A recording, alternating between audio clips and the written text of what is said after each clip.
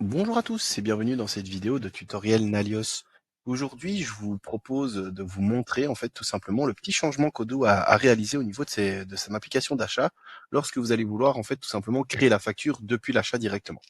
Donc ce qui se passait avant, hein, c'est que vous faisiez votre achat et puis vous aviez le gros bouton mauve qui vous permettait de créer une facture fournisseur. Alors aujourd'hui, c'est toujours possible de créer une facture fournisseur depuis mes PO. La seule différence, c'est qu'il y a un petit changement en termes de méthodologie de travail. Donc imaginons que j'achète un produit chez un fournisseur. Je mets par exemple le White Vote Perm pour 50 euros, parfait. Je vais confirmer ma commande, recevoir mes produits, hein, donc ça c'est vraiment le flux classique, il n'y a rien qui change à ce moment-là. Hop, et donc maintenant je peux créer ma facture. Donc imaginons que je vais la créer à l'avance, mais en fait ici vous n'avez plus le bouton mauve comme il y avait avant.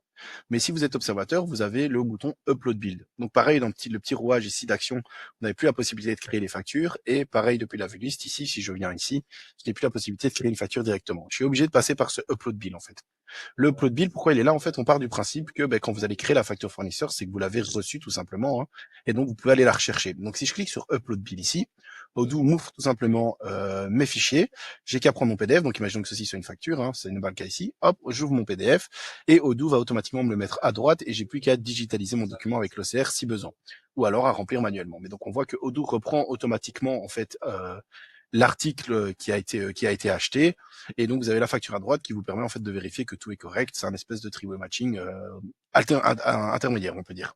Si jamais vous n'avez pas mis le bon, en fait, ce que vous pouvez faire également, imaginez que vous n'avez pas reçu la facture, mais vous devez quand même déjà la créer. En fait, vous prenez n'importe quel document, vous allez simplement ensuite dans le chatter dire, en fait, je vais pas prendre ce document-là, je vais en prendre un autre, donc je le supprime, comme ceci. Odoo va vous le retirer. Mais vous avez toujours la facture qui est ici, et donc là, vous pouvez tout simplement la confirmer, et donc vous avez créé la facture sans l'avoir reçue. Donc ça, c'est un petit tip, si jamais vous avez quand même besoin de la créer à l'avance sans avoir le PDF, vous pouvez mettre n'importe quel PDF, entre guillemets.